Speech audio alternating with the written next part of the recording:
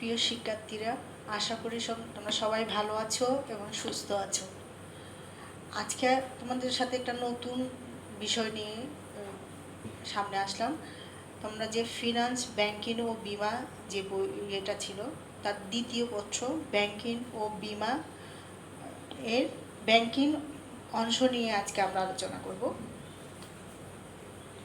যেমন একটু দেখো, টাকা দেখা যাচ্ছে, ক্যাশ রিসিপ্ট দেখা যাচ্ছে, একটা চেক দেখা যাচ্ছে। তার মানে বুঝলামই কি, আমরা ব্যাংক, ফিনান্স, ব্যাংকিং ও বিমার দ্বিতীয় পত্রের ব্যাংকিং অংশটা নিয়ে আজকে আলোচনা করতে চাচ্ছি।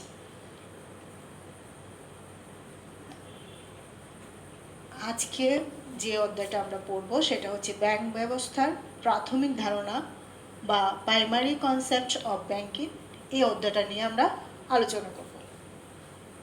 যে এই অধ্যায়ে যে যে বিষয়গুলো নিয়ে আমরা আজকে আলোচনা করব সেগুলো হচ্ছে ব্যাংক কি, ব্যাংকের উৎপত্তির সংক্ষিপ্ত ইতিহাস, ব্যাংকিং কি, ব্যাংকার কে, আধুনিক ব্যাংকের পূর্বসূরি সম্পর্কে আমরা আলোচনা করব, ব্যাংক ব্যবসায়ের প্রকৃতি বা বৈশিষ্ট্য সম্পর্কে আলোচনা করব, ব্যাংকের কার্যাবলী, ব্যাংকের প্রকারভেদ, বাংলাদেশে ব্যাংক ব্যবস্থার নিয়ন্ত্রণ বিধান, ব্যাংকার গ্রাহক সম্পর্কে গার্নিশি অর্ডার কি, ব্যাংকার ও গ্রাহক সম্পর্কের কিভাবে পরিসমাপ্তি ঘটে, এসব বিষয়গুলো নিয়ে আমরা আলোচনা করব। প্রথমে তাহলে আমরা বলি যে কি ব্যাংক কি। আসলে ব্যাংক হচ্ছে একটা আর্থিক প্রতিষ্ঠান। একটি আর্থিক কোন ধরনের প্রতিষ্ঠান? মধ্যস্থতাকারী প্রতিষ্ঠান, যা কি করবে, গ্রাহকের কাছ থেকে তাদের যে ছটানো ছিটানো অলস যে অর্থটা থাকবে সেটাকে আমানত হিসাবে গ্রহণ করবে। আবার যাদের টাকার দরকার আছে, ঘাটতি আছে, তাদেরকে অর্থ ঋণ হিসাবে প্রদান করবে এবং বিভিন্ন ধরনের ব্যাংকিং সুযোগ সুবিধা প্রদান করবে। যেমন এক জায়গা থেকে অন্য জায়গায় টাকা স্থানান্তর করা, বিল বাট্টা করা, প্রত্যয়পত্র ইস্যু করা। তারপর হচ্ছে যে আমরা দেখি কি ইলেকট্রিক বিলগুলোও কিন্তু আমরা ব্যাংকে দিয়ে থাকি। যে অনেক সময় দেখা যায় যে পাওনাদারের কাছে টাকা প্রদান করা, গ্রাহকের পক্ষ হয়ে তাদের পাওনা পরিশোধ করা, এই ধরনের কাজগুলো কিন্তু ব্যাংক করে থাকে। তাহলে আমরা বলতে পারি কি, ব্যাংক হচ্ছে আসলে একটি আর্থিক মধ্যস্থতাকারী প্রতিষ্ঠান, যেটা হচ্ছে কিছু মানুষের অর্থ আমানত হিসেবে গ্রহণ করছে আর কিছু মানুষকে কি হচ্ছে ঋণ প্রদান করছে। আবার এইসব কাজ করতে গিয়ে কিছু ব্যাংকের সুযোগ সুবিধা, অন্য ব্যাংকের সুযোগ সুবিধাও প্রদান করছে। তাহলে এখন ব্যাংক শব্দের অর্থ এবং ব্যাংক শব্দের কীভাবে উৎপত্তি হয়েছে সেটা সম্পর্কে আমরা জানব। তাহলে ব্যাংক শব্দটা যদি আমরা, এটা হচ্ছে এক ইংরেজি শব্দ ব্যাংক, এটার আবিধানিক অর্থ যদি আমরা জানতে চাই তাহলে আমরা দেখি কি, এটার অর্থ হচ্ছে ক্ষেতের আইল, নদী বা জলাশয়ের তীর, কিনারা, লম্বা টুল বা বেঞ্চ, কোনো বস্তুর স্তূপ বা ধনভাণ্ডার ইত্যাদিকে বোঝায়। মানে আবিধানিক অর্থ হচ্ছে যে এগুলাই। আসলে এই ব্যাংক শব্দটা কিন্তু ব্যাংক আগে তো ছিল না, এটা বিভিন্ন পরিবর্তন হয়েই কিন্তু এসেছে। যে এটার অনেক অনেক মতবিরোধ আছে। অনেকে বলে ব্যাংক শব্দটা অন্য শব্দ, ইতালীয় শব্দ থেকে এসেছে, অনেকে বলে জার্মান শব্দ থেকে এসেছে, ল্যাটিন শব্দ থেকে এসেছে। তবে সবচেয়ে গ্রহণযোগ্য যে মতবাদটা সেটা হচ্ছে ব্যাংক শব্দটি জার্মান শব্দ ব্যাংকি থেকে উৎপন্ন হয়ে এটা আবার ব্যাংক হয়, যেটা একটা ইতালীয় শব্দ। সেই ব্যাংক শব্দটা পরিমার্জিত হয়ে ইংরেজি এই ব্যাংক শব্দের উৎপত্তি হয়েছে।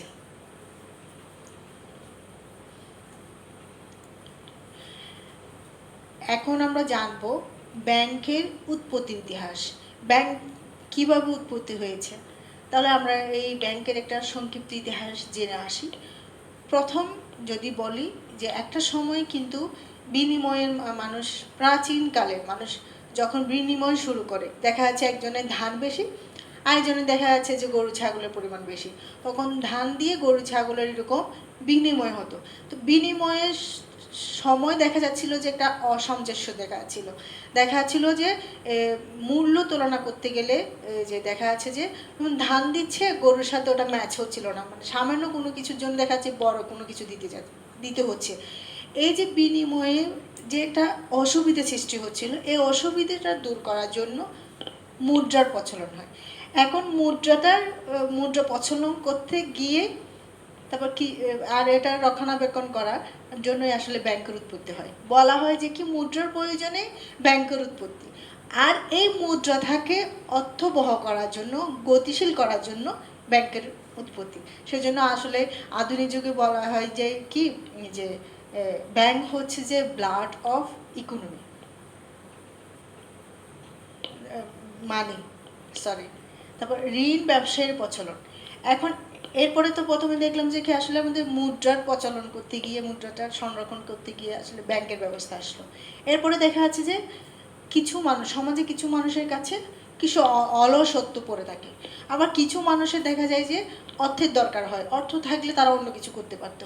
তো এই যে মানুষের অলসত্বগুলোকে যখন ব্যাংকে রাখলো, এই অর্থগুলো কি করবে, অন্যদেরকে যাদের দরকার হবে তাদেরকে দিবে।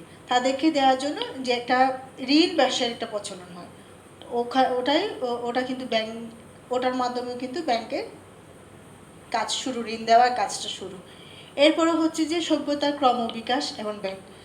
যেমন যে সভ্যতার ক্রমবিকাশ হতো, যখন সভ্যতা আস্তে আস্তে আস্তে ক্রমবিকাশ হচ্ছিল, তখনও কিন্তু ব্যাংক ব্যবস্থাটা আস্তে আস্তে প্রচলন হয়। যেমন ব্যাবিলনীয় সভ্যতার সময় হচ্ছে যে তখন হচ্ছে যে উপাসনালয় কেন্দ্রিক একটা ব্যাংক ব্যবস্থা ছিল। যেমন যে উপাসনালয়ে যে পুরোহিতগুলো থাকতো, পুরোহিতগুলোর কাছে মানুষরা টাকা পয়সা, স্বর্ণ অলংকার এগুলো জমা রাখতো। জমা রাখার সময় একটা জমা রিসিপ্ট দিত, যখন এগুলো নিয়ে যেত তখন একটা উত্তোলন রিসিপ্ট দিত, যেটা ওই যে ক্যাশ রিসিপ্ট এবং চেক জিনিসের সাথে সাদৃশ্য রয়েছে। এরপরে হচ্ছে রুমের 7 পাহাড়, একটা তোমরা রুমের কথা যখন তোমরা পড়বে, রুম সম্পর্কে যখন জানবে, তখন 7 পাহাড়ের একটা কথা আসবে। 7 পাহাড়ের ব্যবসায়ীরা যে আন্ত লেনদেন করার জন্য যে বিভিন্ন পৈত্যপত্র ড্রাফট করা, ব্যাংক ড্রাফট, ওরকম কিছু প্রচলন শুরু করে। এরপরে হচ্ছে চৈনিক সভ্যতা। চৈনিক সভ্যতাটা আসলে আমরা যদি প্রাচীন ব্যাংক সম্পর্কে জানবো, তখন হচ্ছে সাংসি ব্যাংক, যে চৈনিক সভ্যতার প্রথম এই সাংসি ব্যাংকের মাধ্যমে যে প্রাতিষ্ঠানিক একটা ব্যাংকের রূপ আসে। এরপরে হচ্ছে তোমার সিন্ধু সভ্যতা, বৈদিক সভ্যতা, গ্রিক সভ্যতা, এগুলোতে এই যে এইরকম ব্যাংকিং ব্যবস্থাটা ধীরে ধীরে ক্রমবিকাশ হচ্ছিল। এরপরে হচ্ছে ব্যবসা বাণিজ্যের উন্নয়ন ও ব্যাংক। এখন মধ্যযুগে এসে দেখা যাচ্ছে ব্যবসা বাণিজ্যের পরিধিটা বাড়ছে, মানে ব্যবসায়ী শ্রেণী মানুষ এক জায়গা থেকে অন্য জায়গায় যাচ্ছে, তাহলে এক জায়গা থেকে এক জায়গায় ব্যবসাটা সম্প্রসারিত হচ্ছে, তাহলে লেনদেনটাও সম্প্রসারিত হচ্ছে। তখন দেখা যাচ্ছিল বিভিন্ন ধরনের ব্যাংক, প্রাতিষ্ঠানিক ব্যাংকগুলো দেখা যাচ্ছিল, যেমন যে ব্যাংক অফ সান জর্জিও, তারপরে হচ্ছে হিন্দুস্তান ব্যাংক, হ্যাঁ, ব্যাংক অফ প্রুশিয়া, ওই ধরনের ব্যাংক ব্যবস্থা আস্তে আস্তে দেখা যাচ্ছিল, প্রাতিষ্ঠানিক ব্যাংকগুলো। এরপরে হচ্ছে যে রাষ্ট্র ব্যবস্থা, সংহতি ও ব্যাংক। এরপরে দেখা যাচ্ছিল বিভিন্ন রাষ্ট্র দেখা যাচ্ছিল যে কি তাদের মুদ্রার প্রচলন, তারপর রাজস্ব আদায়, ব্যয় ব্যয়ের জন্য, তারপরে হচ্ছে যে মুদ্রা তহবিল সংরক্ষণ করার জন্য তাদের এখন বিভিন্ন ধরনের মুদ্রার প্রচলনের দরকার হয়েছে। তখন রাষ্ট্রীয়ভাবে ব্যাংক প্রতিষ্ঠার একটা উদ্যোগ শুরু হয়, যেটা হয় যে কি ব্যাংক অফ ভেনিস সবার প্রথমে। এরপরে হচ্ছে একদম প্রাতিষ্ঠানিক যদি আমরা কেন্দ্রীয় ব্যাংক বলি, সেটা হচ্ছে যে ব্যাংক অফ ইংল্যান্ড। যে এভাবে রাষ্ট্রীয় ব্যাংকের সূচনা শুরু হয়, যেটা আমরা বলতে পারি যে কি ব্যাংক অফ ভেনিসের হাত ধরেই কি আধুনিক ব্যাংক ব্যবস্থা শুরু হয়। মানে এই পর্যায়ে এসে রাষ্ট্রীয় ব্যবস্থার জন্য রাষ্ট্রীয়ভাবে ব্যাংক প্রতিষ্ঠা হওয়ার উদ্যোগ শুরু হয়, তার মানে হচ্ছে কেন্দ্রীয় ব্যাংকের প্রচলন শুরু হয়।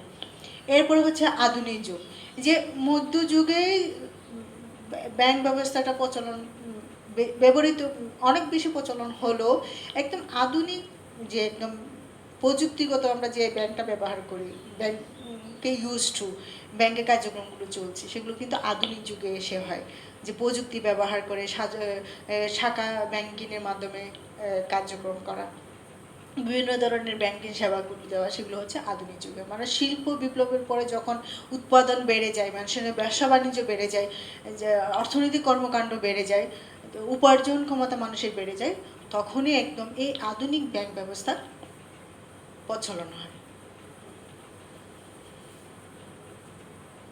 এরপরে হচ্ছে আধুনিক ব্যাংকে পূর্বসূরি। আসলে এই যে আধুনিক ব্যাংক ব্যবস্থা আমরা দেখতে পারি, আমানত সংগ্রহ করছে, ঋণ দিচ্ছে, ব্যাংকের বিভিন্ন ধরনের সেবা দিচ্ছে। এই যে এটার পূর্বসূরি কারা, কাদের হাত ধরে এই ব্যাংকিং ব্যবস্থার রূপ এসেছে, মানে আধুনিক এই যে ব্যাংক ব্যবস্থার রূপকার কারা। তো এই ক্ষেত্রে গেলে আমরা 3 শ্রেণী মানুষদেরকে দেখতে পাই। স্বর্ণকার, আগের যুগে যারা স্বর্ণকার ছিল তাদের কাছে হচ্ছে যে দামি অনেক, যাদের স্বর্ণ গহনা ছিল তারা ওগুলো ওনাদেরকে রাখতে দিত, তো ওনারা রাখতো, জমা দেওয়ার সময় একটা জমা রসিদ ছিল। এরপরে হচ্ছে যে কি, যখন নিয়ে যেত তখন উত্তোলন রসিদ দেওয়া, সেই স্বর্ণকার শ্রেণীর হাত ধরে এই আমানত প্রদান গ্রহণের জিনিসটা উৎপত্তি হয়। এরপরে হচ্ছে মহাজন শ্রেণী, তার এক সময় সমাজে ছিল যে মহাজন শ্রেণী ছিল যারা চড়া সুদে টাকাটা দিত। তারা অনেক সময় দেখা যাচ্ছে যে মানে অন্যদের কাছ থেকে গ্রহণ করতো, স্বল্প সুদে টাকা রাখতো, আবার হচ্ছে চড়া সুদে ঋণ দিত। যে আমরা অনেক কাহিনী শুনেছি মহাজন শ্রেণীর কারণে কত পরিবার ধ্বংস হয়ে গেছে, কত পরিবার পথে বসেছে। ওরকম ওই মহাজন শ্রেণীর হাত ধরেও কিন্তু ওই ব্যাংক ব্যবস্থার চিত্রটা চলে আসে। এরপর হচ্ছে ব্যবসায়ী শ্রেণী, যে ব্যবসায়ী শ্রেণীগুলো যখন ব্যবসায়ের কাজে এক দেশ থেকে আরেক দেশে ব্যবসায় প্রসারিত হলো, এক ইয়ে হচ্ছে যে কি এক জায়গা থেকে আমি পণ্য আনছি, ওই জায়গায় গিয়ে টাকা দেওয়া তো আর সম্ভব না, সেই জন্য ব্যাংক ড্রাফট, পে অর্ডার এগুলোর ব্যবস্থা আসলো। তারপর হচ্ছে যে বিদেশ ভ্রমণের জন্য ভ্রমণ চেক, ভ্রমণকারী চেক, যে বিদেশ থেকে পণ্য আনা, শুধু পত্রপত্র, এসব জিনিসগুলো কিন্তু এই ব্যবসায়ীদের হাত ধরে কিন্তু এসেছে। তাহলে যদি আমরা বলি যে আধুনিক ব্যাংকের পূর্বসূরি কারা, তারা হচ্ছে এরাই, যে স্বর্ণকার শ্রেণী, মহাজন শ্রেণী, এই ব্যবসায়ী শ্রেণী, ওনাদের হাত ধরে আসলে আজকের এই আধুনিক ব্যাংক ব্যবস্থার প্রচলন হয়েছে। এরপরে আমরা পড়ব কি ব্যাংকিং কি। ব্যাংকিং কি, আমরা আসলে ব্যাংকিং বলতে কি বুঝি, যে ব্যাংকে যে কাজগুলো হয় সেগুলো হচ্ছে আসলে ব্যাংকে, মানে ব্যাংক হচ্ছে আসলে একটা প্রতিষ্ঠানের মধ্যে যে কাজগুলো হয়, যেমন তারা আমানত গ্রহণ করছে, ঋণ দিচ্ছে, তারপর হচ্ছে যে বিল বাট্টাকরণ করছে, প্রত্যয়পত্র ইস্যু করছে, বিলটা ব্যাংক ড্রাফট করছে, পে অর্ডার করছে, এই যে সবগুলো কাজ, সেই সবগুলো কাজকেই বলা হয় ব্যাংকিং। এখন ব্যাংকার কারা আমরা আসলে বলি কি, যে আমার বাবা একজন ব্যাংকার, আমার ভাই একজন ব্যাংকার, তার মানে তো বোঝাই যাচ্ছে যে আমার বোন একজন ব্যাংকার। যারা ব্যাংকে কাজ করছে তারা হচ্ছে যে ব্যাংকার, মানে ব্যাংক, যে ব্যক্তিগুলো ব্যাংকিং কর্মকাণ্ডে নিয়োজিত বা ব্যাংকের মালিক পক্ষ যারা, তারাই হচ্ছে ব্যাংকের মালিক পক্ষ, এবং ব্যাংকের মধ্যে যে ব্যক্তিগুলো কাজ করছে তারাই হচ্ছে ব্যাংকার। যেমন হচ্ছে যে কি, ব্যাংকের চেয়ারম্যান আছে, ম্যানেজিং ডিরেক্টর আছে, ব্যবস্থাপক আছে, তারপর যে কর্মীগুলো আছে সবগুলোই হচ্ছে ব্যাংকার। ব্যাংকের বৈশিষ্ট্য, এই যে ব্যাংকের কিছু স্বতন্ত্র বৈশিষ্ট্য আছে, এই স্বতন্ত্র বৈশিষ্ট্যগুলো আমরা একটু দেখে নিই। মধ্যস্থ ব্যবসায়ী প্রতিষ্ঠান, ব্যাংক আসলে নিজের টাকায় কিন্তু কি করে না, এই ব্যাংকিং কাজ করে না, ব্যাংক হচ্ছে মাঝখানে একটা পক্ষ।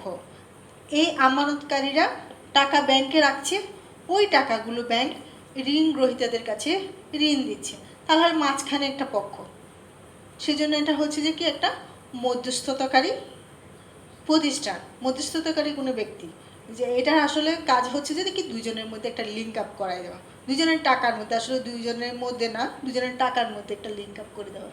এরপর হচ্ছে অর্থ ও ঋণের ব্যবসায়ী, আসলে ব্যাংক কোনো পণ্য কিন্তু কোনো কী করে না, ব্যবসা করে না, এটা কিসের ব্যবসা করে, যে অর্থের ব্যবসা করে, আর ঋণের ব্যবসা করে, ওই যে অর্থ নিচ্ছে সামান্য সুদে, আর হচ্ছে যে অধিক সুদে কি দিচ্ছে, ঋণ দিচ্ছে। এই যে দুই ঋণের মাঝখানে যেটা গ্যাপ হয়, সেই গ্যাপটা হচ্ছে ব্যাংকের আয়ের উৎস। যেমন হচ্ছে যে 500 টাকা আমানত নিল, 500 টাকার জন্য এক বছরে 100 টাকা করে দিবে, এই 500 টাকাটা আরেকজনকে ঋণ দিচ্ছে, কিন্তু এটার উপর সুদ দিতে হবে 1000 টাকা। তাহলে এখানে কত, 900 টাকা যে একটা গ্যাপ আছে, 900 টাকাটা হচ্ছে ব্যাংকের আয়ের উৎস। তাহলে ব্যবসায় করে মানে ব্যাংক হচ্ছে আসলে অর্থ এবং ঋণের ব্যবসায় করে মুনাফা অর্জনের চেষ্টা করে।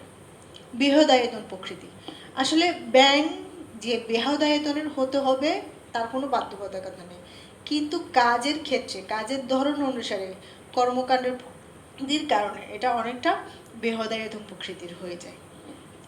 আর্থিকভাবে সচ্ছল। আচ্ছা, আর্থিকভাবে সচ্ছল না হলে কি ব্যাংক কখনো ব্যাংক হতে পারবে? আর্থিকভাবে সচ্ছল মানে তো আমি বুঝতেছি দায় পরিশোধ করার কি ক্ষমতা থাকতে হবে। যেমন আমি যে আমানতকারীর যে একটা টাকা রাখছি, আমানতকারী যে কোনো সময় সে টাকাটা চাইতে পারে, যে আমি সে চাওয়ার সাথে সাথে যে টাকাটা দেওয়া দিয়ে দিতে পারে মতো একটা সচ্ছলতা আমার থাকতে হবে। তো তোমাদের মনে প্রশ্ন আসতে পারে যে আমানতকারীর কাছ থেকে যে টাকাটা নেয় সেটা তো ঋণ গ্রহীতার কাছে দিয়ে দেয়, সেজন্য তাকে এতটুকু কতগুলো মুনাফা রাখতে হবে, আর্থিকভাবে সচ্ছল হতে হবে যে ঋণ দিয়ে ফেলার পরও আমানতকারী যখনই টাকা চাইবে তখনই টাকা দিতে সক্ষম হবে। সেজন্য বলা হয় কি, এটা আর্থিকভাবে সচ্ছল একটা প্রতিষ্ঠান হতে হবে। নিরাপত্তার প্রতীক, যে মানুষের টাকা পয়সা, দামি গহনা, লকার মানে সিকিউরিটিজ, বন্ডের কাগজপত্রগুলো কিন্তু কিসে রাখে? ব্যাংকে রাখে। যে এমন যে এই জিনিসগুলোর কখনো কি হবে না, ক্ষতি হবে না। যে এরকম নিরাপত্তার আস্থা আছে বলে আসলে মানুষ টাকা পয়সা, দামি অলংকার, জিনিসপত্রগুলো ব্যাংকে রাখে। আর মূলধন গঠনের কারখানা, মূলধন গঠনের কারখানা মানে যে আমানতকারী যে অলস সত্ত্বগুলো ব্যাংক নিয়ে সেগুলো যে অন্য অন্য ক্ষেত্রে যে কি ঋণ দিচ্ছে, অন্যদের যে মূলধন যোগাচ্ছে, তো সেই জন্য যোগানোর ব্যবস্থা করে, সেই জন্য ব্যাংক হচ্ছে যে কি মূলধন গঠনের একটা কারখানা। সেবা বিক্রয়, বিভিন্ন ধরনের সেবা বলছে হচ্ছে যে পে অর্ডার, তাদের লকার মানে ওসি হিসাবে কাজ করে, বিভিন্ন ধরনের পরামর্শ দেয়, যে আর্থিক সার্টিফিকেট মানে আর্থিক সচ্ছলতা সার্টিফিকেট অনেক দরকার, অনেক ক্ষেত্রে দরকার হয়, সেটা দিয়ে থাকে। বিভিন্ন ধরনের আয়কর সংক্রান্ত কাজ করে দেয়। যেমন ব্যাংকের মধ্যে কি করা যাবে, ব্যাংক ওসি হিসেবে কাজ করবে, বিভিন্ন ধরনের লকার ভাড়া দেবে, যে স্বর্ণালঙ্কার রাখা যাবে, বিভিন্ন ধরনের সিকিউরিটিসের কাগজপত্র করা যাবে, এই ধরনের সেবাগুলো বিক্রি করবে।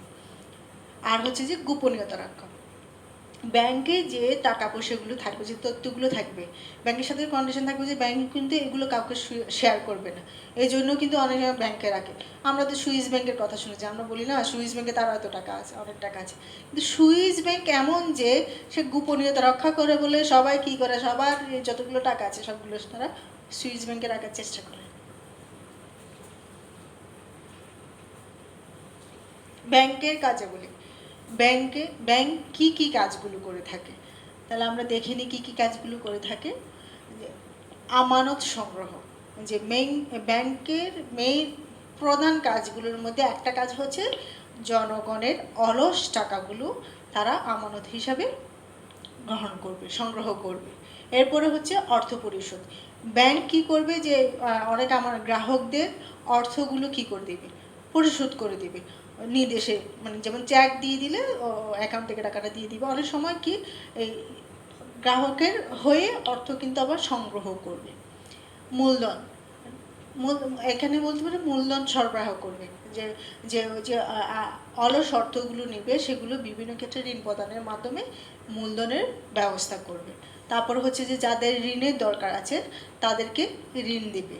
তারপর বিভিন্ন ধরনের লাভজনক ক্ষেত্রে ব্যাংক কিন্তু বিনিয়োগ করবে, যেমন বিভিন্ন সরকারি বেসরকারি যে বন্ডগুলো আছে সেগুলো কিনবে, বিভিন্ন ধরনের সিকিউরিটিসগুলো কিনবে, শেয়ার কিনবে, আবার বিভিন্ন ধরনের লাভজনক ক্ষেত্রে কিন্তু ব্যাংক ইনভেস্ট করবে। তোমরা অনেক সময় দেখবে যে যে বিভিন্ন ধরনের বড় বড় বিল্ডিংগুলোতে দেখবে যে যে ইসলামী ব্যাংকের অর্থায়নে বিল্ডিংটা বাঁধা হয়েছে, প্রাইম ব্যাংকের অর্থায়নে বাঁধা হয়েছে, মানে এখানে অর্থায়ন করা হয়েছে। বিভিন্ন ধরনের বিনিয়োগ ক্ষেত্রে তারা কি করবে, বিনিয়োগ করবে, বিভিন্ন প্রজেক্টে ওরা ইনভেস্ট করবে। তারপর বিনিময়ের মাধ্যম সৃষ্টি করবে, যেমন চেক, প্রত্যয়পত্র, বিল বাট্টাকরণ, ওগুলোর মাধ্যমেও কিন্তু বিভিন্ন ধরনের বিনিময়ের মাধ্যম সৃষ্টি করবে। বিনিময় বিলের বাট্টাকরণ, ব্যবসায়িক ক্ষেত্রে তোমরা সেকেন্ড ইয়ারের হিসাব বিজ্ঞান দ্বিতীয় পত্রে কিন্তু বিনিময় বিলের ভাট্টাকরণের জিনিসটার সম্পর্কে অনেক ধারণা আছে, যে ব্যবসায়িক লেনদেনে আদেশটা এবং আদেশটির মধ্যে একটা বিনিময় চুক্তি হয়, যখন টাকার দরকার হবে তখন তারা একটা নির্দিষ্ট ফিয়ের মাধ্যমে বিলটা বাট্টাকরণ করবে। তারপর নির্দিষ্ট সময় শেষ হলে আদেশটির কাছ থেকে ব্যাংক টাকাটা আদায় করে নেবে। বাট্টাকরণের মাধ্যমে আদেশটা টাকাটা নিতে পারবে, পরে সময় যখন শেষ হয়ে যাবে তখন আদেশটির কাছ থেকে ব্যাংক টাকাটা আদায় করে নেবে। তহবিল সংরক্ষণ, যে বিভিন্ন ধরনের সরকারি বেসরকারি প্রতিষ্ঠানগুলো তহবিলগুলো কালেক্ট করে সংরক্ষণ করে রাখবে। যেমন হচ্ছে যে ওয়াসার যে বিদ্যুৎ বিল আমরা কোথায় দিই, ব্যাংকে দিই। তারপর হচ্ছে পানি বিল আমরা কোথায় দিই, ব্যাংকে দিই। যে এই ধরনের, তারপর টেলিফোন বিল কোথায় দিই, ব্যাংকে দিই। ওইভাবে তহবিলগুলো সংরক্ষণ করে রাখবে। ব্যবসা বাণিজ্যে সহায়তা, যে ব্যবসা বিভিন্ন ধরনের বিনিময়ের মাধ্যম সৃষ্টি করে ব্যবসা বাণিজ্যে সাহায্য করবে, ঋণ প্রদান করবে, বিভিন্ন ধরনের পরামর্শ দিবে। তারপর হচ্ছে বিভিন্ন ব্যবসা প্রতিষ্ঠানের প্রতিনিধি হিসেবে কাজ করবে, এভাবে ব্যবসা বাণিজ্যে সহায়তা করবে। বৈদেশিক মুদ্রার লেনদেন, এখন বৈদেশিক ব্যবসায়ের ক্ষেত্রে যে বিভিন্ন দেশের রিজার্ভ রাখা, যে মুদ্রা বিনিময়টা ঠিক করা, যে আমাদের দেশের কত টাকার সাথে আরেক দেশের কত ডলারের মূল্য কত হবে, এই ধরনের একটা দেশের কেন্দ্রীয় ব্যাংক এই কাজগুলো করে থাকবে। সেবামূলক কার্যাবলীতে হচ্ছে যে যে টাকা পয়সাগুলো লাগবে, সম্পদগুলো সংরক্ষণ করবে। তারপর হচ্ছে যে আর্থিক সচ্ছলতার সার্টিফিকেট দিবে। তারপর হচ্ছে আয়কর বিষয়ক পরামর্শ দিবে। তারপরে হচ্ছে যে স্বর্ণ অলংকারগুলো কাছে রাখবে, ওসি হিসাবে কাজ করবে। আর প্রতিনিধিত্বমূলক কাজ হচ্ছে বিভিন্ন বিষয়ে পরামর্শ দিবে, তাদের পক্ষ হয়ে বিভিন্ন কাজ করে দিবে, আয়কর সংক্রান্ত কাজ করে দিবে।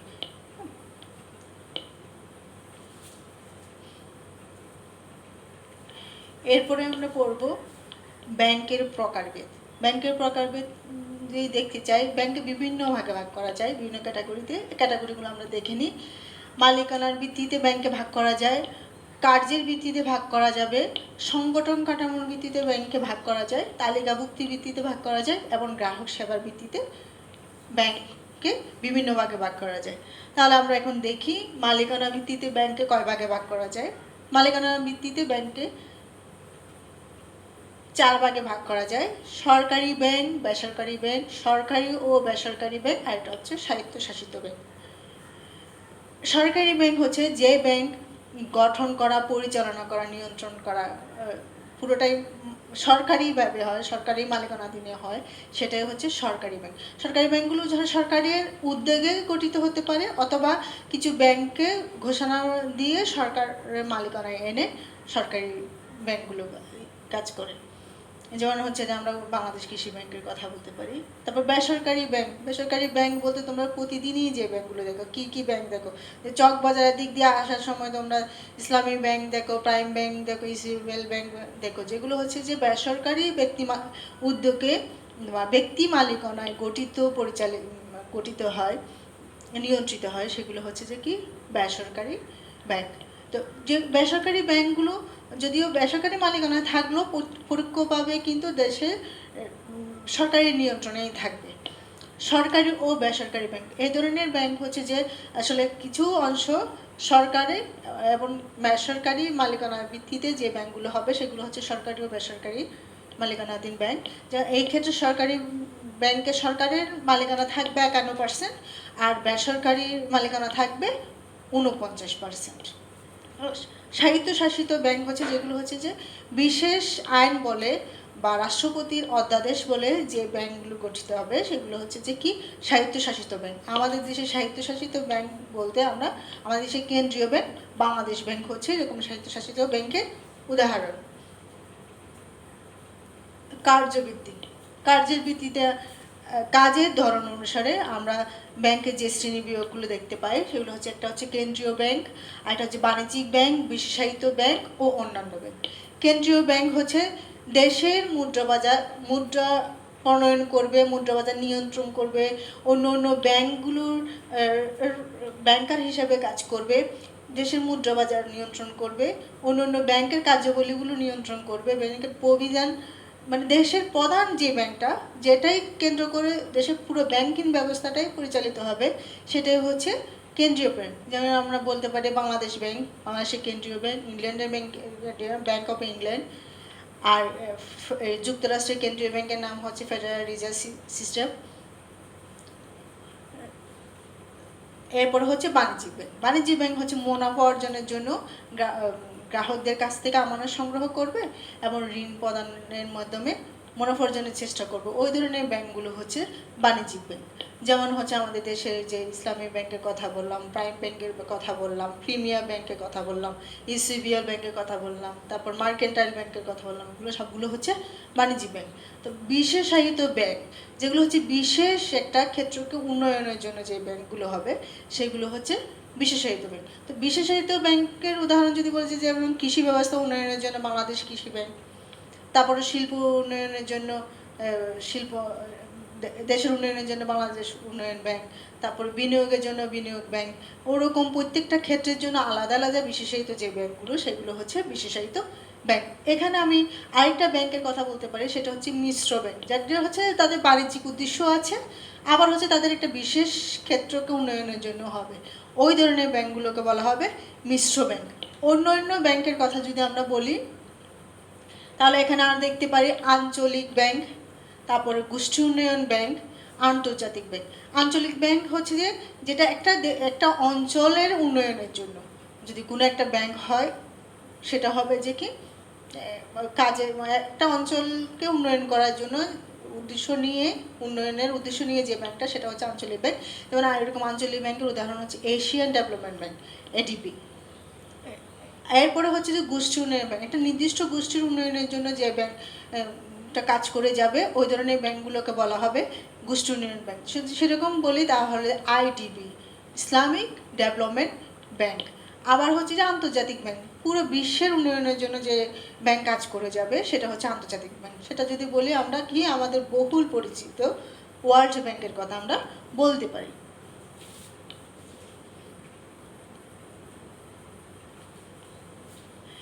এখন হলো সংগঠন কাঠামোর ভিত্তিতে আমরা ব্যাংকের এই ধরনের শ্রেণীবিভাগগুলো দেখি। একক ব্যাংক, শাখা ব্যাংক, চেইন ব্যাংক আর গ্রুপ ব্যাংক। একক ব্যাংক হচ্ছে যে ব্যাংকগুলোর হচ্ছে যে আসলে শুধু একটাই প্রতিষ্ঠান, ওদের কোনো শাখাই নেই। একটা ব্যাংক ওই এলাকায় একটা ব্যাংকেই তাদের ব্যাংকিং কাজ করবে, অন্য এলাকায় এই ব্যাংকের কোনো শাখা গিয়ে কাজ করবে না। এই ধরনের ব্যাংকগুলোকে বলা হবে একক ব্যাংক। তার মানে হচ্ছে একটাই ব্যাংক, একটাই প্রতিষ্ঠান, এটা কোনো শাখা না, একটাই হেড অফিস, একটাই ওখানে নীতিমালাগুলো তৈরি করা হয়, ওখানে নীতিমালাগুলোকে প্রয়োগ করা হয়, ব্যাংকের সুবিধাগুলো সেখানে দেওয়া হয়। এটা আসলে এই ধরনের প্রতিষ্ঠানগুলো, মানে এই ধরনের ব্যাংক আসলে মার্কিন যুক্তরাষ্ট্রেই দেখা যায়। ওই একটা এলাকার জন্য একটাই ব্যাংক, সেজন্য তারা অনেক সময় এটাকে বলে লোকাল ব্যাংকিং সিস্টেমও অনেক সময় তারা বলে থাকে। তো এটা মূলত আমাদের দেশে দেখা যায় না, এটা মার্কিন যুক্তরাষ্ট্রে দেখা যায়। এরপর হচ্ছে শাখা ব্যাংক, যে চকবাজার দিক দিয়ে হেঁটে আসার সময় তোমরা কত ব্যাংকের তো শাখা, চকবাজার শাখা, বহরদার হাট শাখা, 2 নম্বর গেট শাখা, অনেক শাখা দেখা যায়। সোনালী ব্যাংকের অনেকগুলো শাখা দেখা যাচ্ছে, মানে যে ব্যাংকের একটা হেড অফিস আছে আর অনেকগুলো শাখা আছে, ওই ধরনের ব্যাংকগুলোকে বলা হবে কি শাখা ব্যাংক। যেটা হচ্ছে আমাদের দেশের ব্যাংকিং ব্যবস্থার দিকে থাকালে আমরা একদম শাখা ব্যাংক সব উদাহরণটা আমরা খুব ভালোভাবে দেখি। হেড অফিস থেকে নীতিমালাগুলো আসে, ওই নীতিগুলোর অনুসারে তারা কাজ করে থাকে। আর চেইন ব্যাংক হচ্ছে যে একই টাইপের কিছু ব্যাংক, একই কাজ করে, একই উদ্দেশ্য, তারা তাদের পরস্পর সমঝোতা এবং সহযোগিতার মাধ্যমে এই ধরনের ব্যাংকিং কাজগুলো করে থাকে। এই ধরনের ব্যাংকও আসলে আমাদের বাংলাদেশে দেখা যায় না, এটাও মার্কিন যুক্তরাষ্ট্রে দেখা যায়। এরপর হচ্ছে গ্রুপ ব্যাংক। গ্রুপ ব্যাংক হচ্ছে যে একটা বড় ধরনের আর্থিক প্রতিষ্ঠান আনারে কতগুলো ছোট ছোট আর্থিক প্রতিষ্ঠান দিয়ে যে ব্যাংকিং কাজগুলো হয়, সেটাই হচ্ছে যে গ্রুপ ব্যাংক। এখানে বড় যে প্রতিষ্ঠান থাকে সেগুলো ছোট ছোট প্রতিষ্ঠানগুলোর শেয়ারগুলো কিনে নেয়, অধিকাংশ শেয়ার কিনে নেওয়ার ফলে এই বড় ব্যাংকটা ওই ছোট ছোট ব্যাংকিং প্রতিষ্ঠানগুলোকে নিয়ন্ত্রণ করে। যে বড় প্রতিষ্ঠানটা ছোট ছোট ব্যাংকগুলোকে নিয়ন্ত্রণ করছে, ওই বড় নিয়ন্ত্রণকারী প্রতিষ্ঠানটাকে আমরা বলি হোল্ডিং কোম্পানি। আর যে ছোট ছোট প্রতিষ্ঠানগুলো বড় প্রতিষ্ঠানের আন্ডারে নিয়ন্ত্রিত হোক, ওই ছোট ছোট ব্যাংকগুলোকে আমরা বলি সাবসিডিয়ারি ব্যাংক। বড় প্রতিষ্ঠানকে বলছি আমরা হোল্ডিং ব্যাংক, পরে ছোট ছোট প্রতিষ্ঠানগুলোকে বলে আমরা সাবসিডিয়ারি ব্যাংক। এরপরে হচ্ছে তালিকাভুক্তিতে ভিত্তিতে আমরা আসলে দুই ধরনের ব্যাংক ব্যবস্থা দেখতে পারি। একটা হচ্ছে যে দুই ধরনের ব্যাংক আমরা দেখতে পারি, একটা হচ্ছে তালিকাভুক্ত ব্যাংক আর একটা হচ্ছে যে অতালিকাভুক্ত ব্যাংক। দেশে যে কেন্দ্রীয় ব্যাংক থাকবে, কেন্দ্রীয় ব্যাংকে তালিকাভুক্ত যে ব্যাংকগুলো রয়েছে সেগুলোকে বলা হয় তালিকাভুক্ত ব্যাংক। এগুলো হচ্ছে দেশের কেন্দ্রীয় ব্যাংকের যে নীতিমালাগুলো থাকে, ও নীতিমালাগুলো যথাযথভাবে তারা অনুসরণ করে তাদের ব্যাংকিং কার্যাবলীগুলো পালন করে। তো অতালিকাভুক্ত ব্যাংক হচ্ছে দেশে প্রচলিত ব্যাংকিং আইনের আওতায় কিন্তু এই ব্যাংক প্রতিষ্ঠিত হবে, কিন্তু কেন্দ্রীয় ব্যাংকের যে একটা তালিকা আছে ওই তালিকায় এই ব্যাংকগুলোর নাম অন্তর্ভুক্ত থাকবে না। যদিও এই সরাসরি অন্য কেন্দ্রীয় ব্যাংকের নিয়ন্ত্রণাধীনে না থাকলেও এ ধরনের ব্যাংকগুলো পরোক্ষভাবে কিন্তু কেন্দ্রীয় ব্যাংকের নিয়ন্ত্রণাধীনে থাকে। তালিকাভুক্তের ব্যাংক হচ্ছে যে বাংলাদেশের মানে সোনালী ব্যাংক, রূপালী ব্যাংক, অগ্রণী ব্যাংক যত ব্যাংক আছে ওগুলো হচ্ছে তালিকাভুক্ত ব্যাংকের উদাহরণ। অতালিকাভুক্ত ব্যাংকের উদাহরণ যদি আমরা দেখি, বাংলাদেশের কোঅপারেটিভ সোসাইটি, কর্মসংস্থান ব্যাংক, গ্রামীণ ব্যাংক, এগুলো হচ্ছে অতালিকাভুক্ত ব্যাংক। তবে অতালিকাভুক্ত ব্যাংকের যদি আমি কোনো একটা অসুবিধা বলতে চাই, এগুলো হচ্ছে যে তাৎক্ষণিক যদি কোনো ঋণের দরকার হয় তাহলে অন্য একটা ব্যাংক থেকে সহজে তারা ঋণ নিতে পারবে না, কিন্তু তালিকাভুক্ত ব্যাংকগুলো কোনো দরকার হলো অন্য একটা তালিকাভুক্ত ব্যাংক থেকে ঋণ নিতে পারবে বা বাংলাদেশ ব্যাংক থেকে ঋণ নিতে পারবে, কিন্তু এই ব্যাংকগুলো পারবে না। গ্রাহক সেবার ভিত্তিতে ব্যাংকের আমরা দুই ধরনের প্রকারভেদ দেখতে পাই, একটা হচ্ছে পাইকারি ব্যাংক, একটা হচ্ছে খুচরা ব্যাংক। পাইকারি ব্যাংক হচ্ছে বড় বড় প্রতিষ্ঠানের বড় বড় লেনদেনগুলো এবং উন্নত প্রযুক্তি ব্যবহার করে যে ব্যাংক ব্যবস্থা আমরা দেখতে পাওয়া যায় সে ধরনের ব্যাংকগুলোকে বলা হয় পাইকারি ব্যাংক, মানে বড় লেনদেন এবং বড় যে মাল্টিন্যাশনাল কোম্পানিগুলো থাকবে ওগুলোর এ ধরনের ব্যাংক কিন্তু আমাদের দেশে দেখা যায় না। আর খুচরা ব্যাংক হচ্ছে গ্রাহকদের যে সেবা দিয়ে থাকে আমাদের দেশে যে প্রচলিত ব্যাংক ব্যবস্থা সেটা হচ্ছে খুচরা ব্যাংক।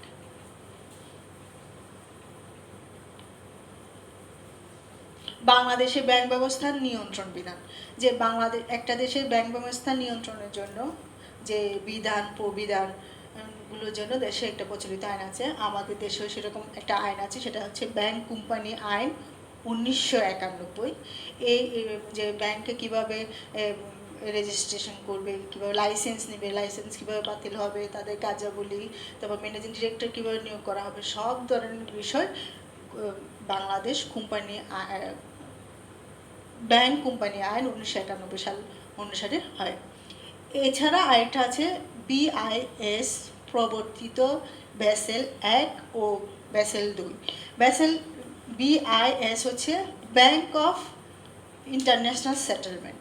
এটা ব্যাসেল 1 হচ্ছে মানে এই ক্ষেত্রে হচ্ছে যে নিশ্চিত করবে যে ঝুঁকিপূর্ণ আমার মূলধন পর্যাপ্ততা, মানে কত ঝুঁকিভিত্তিক মূলধন পর্যাপ্ততা, মানে কতটুকুতে হলে ঝুঁকিপূর্ণ হবে ব্যাংকটা, কতটুকু হলে ঝুঁকিমুক্ত হবে, যে মূলধন কতটুকু থাকতে হবে পর্যাপ্ত পরিমাণে, এই জিনিসটা নিশ্চিত করার জন্য 1988 সালে ব্যাসেলস 1টা কী করা হয়, প্রবর্তন করা হয়। এরপরের ফ্রেমওয়ার্কটা আরও উন্নত করার জন্য ব্যাসেলস 2 এর প্রবর্তন হয়।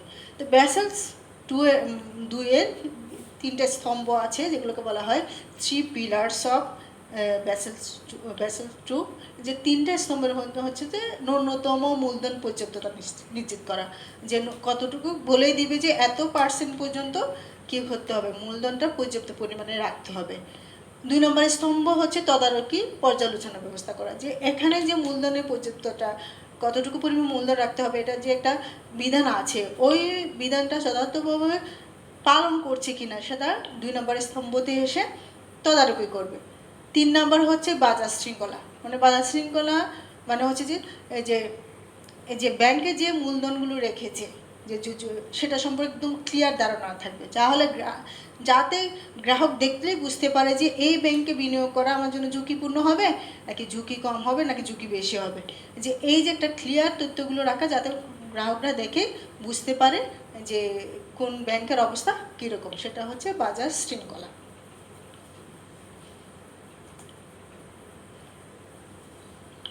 এরপরে আমরা আলোচনা করব ব্যাংক ও গ্রাহক সম্পর্ক। ব্যাংকার এবং গ্রাহকদের মধ্যে কী ধরনের একটা সম্পর্ক আমরা সেটা দেখে নিই। এখানে হচ্ছে পাওনাদার ও দেনাদারের সম্পর্ক। যখন ব্যাংক আমানত নেই তখন কি সম্পর্ক হয়, যে আমানত যখন নেই তখন গ্রাহক হয় পাওনাদার আর হয় কি দেনাদার। আবার যখন ঋণ দেয় তখন উল্টা, তখন ব্যাংক হয়ে যায় পাওনাদার আর গ্রাহক হয়ে যায় দেনাদার। আর গ্রাহকের অর্থ সম্পদের তত্ত্বাবধায়ক হিসাবে সম্পর্ক থাকবে, যে গ্রাহকের যে সম্পদগুলো থাকবে সেগুলোর নিরাপত্তা বিধায়ক এগুলো দেখাশোনা করা, যে নিরাপত্তার বিষয়টা নিশ্চিত করা হিসাবে, যে যে আমার জিনিসের নিরাপত্তা হিসাবে তাকে রাখা হচ্ছে, ওরকম একটা সম্পর্ক থাকবে। গ্রাহকদের ওসি হিসাবে সম্পর্ক, ওসি হিসাবে সম্পর্ক হচ্ছে যে যে মূল্যবান জিনিস, গহনা, হ্যাঁ, আর হচ্ছে যে বিভিন্ন ধরনের যে সিকিউরিটিসগুলো আমরা কিনি, বন্ড শেয়ার যেগুলো কিনি, ওগুলো দলিলপত্র, যে বিভিন্ন ধরনের মূল্যবান কাগজপত্র আমরা ব্যাংকের মধ্যে লকার ভাড়া নিয়ে জমা রাখি। এটা হচ্ছে গ্রাহকদের ওসি হিসাবে একটা সম্পর্ক থাকে। গ্রাহকদের প্রতিনিধি হিসাবে সম্পর্ক, বিভিন্ন ধরনের পাওনা পরিশোধ করে দেওয়া, বিভিন্ন ধরনের ব্যবসায়িক কাজ করে দেওয়া, এই হিসাবেও গ্রাহকদের প্রতিনিধি হিসাবে ব্যাংক কাজ করে। আর ব্যাংকিং সেবা সরবরাহ হচ্ছে যে কি গ্রাহকদের বিভিন্ন দেনা পরিশোধ করা, গ্রাহকদের বিভিন্ন পাওনাগুলো আদায় করে নেওয়া, গ্রাহকদের কি বিভিন্ন বিষয়ে আয়কর সংক্রান্ত পরামর্শ দেওয়া, আর্থিক সচ্ছলতার সার্টিফিকেট দেওয়া, এই ধরনের সেবাও প্রদানকারী হিসাবে কি করে একটা ব্যাংকের সাথে গ্রাহকের সম্পর্ক থাকে। এরপরেও হচ্ছে আমরা পড়ব গার্নিশি অর্ডার। গার্নিশি অর্ডারটা কি?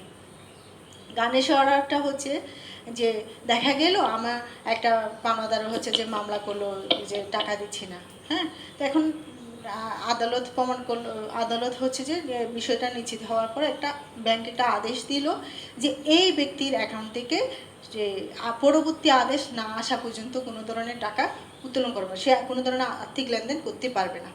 তো এই ধরনের যে একটা আদেশ আসে যে আর্থিক লেনদেন করতে পারবে না, সে আদেশটাকে বলা হয় গার্নিশি আদেশ। গার্নিশি আদেশ আবার দুই ধরনের হয়, একটা হচ্ছে সীমাবদ্ধ গার্নিশি আদেশ আর একটা হচ্ছে সীমাহীন গার্নিশি আদেশ। সীমাবদ্ধ গার্নিশি আদেশটা হচ্ছে যে অ্যাকাউন্ট থেকে মানে গ্রাহকের হিসাব থেকে একটা নির্দিষ্ট অ্যামাউন্ট পর্যন্ত টাকা তোলা যাবে না, এই নির্দিষ্ট অ্যামাউন্টের বাইরে টাকা উত্তোলন করতে পারবে। যেমন হচ্ছে যে কি 50 লাখ টাকা আছে, তো অর্ডার দিল যে 45 লাখ টাকা পর্যন্ত উত্তোলন করতে পারবে না, তাহলে যে বাকি 5 লাখ টাকা লেনদেন কিন্তু করতে পারবে। আর সীমাহীন আদেশ হচ্ছে যে কোনো সীমা দিয়ে দেয় না, তার মানে কোনো ধরনের আর্থিক লেনদেনই হিসাব থেকে করা যাবে না।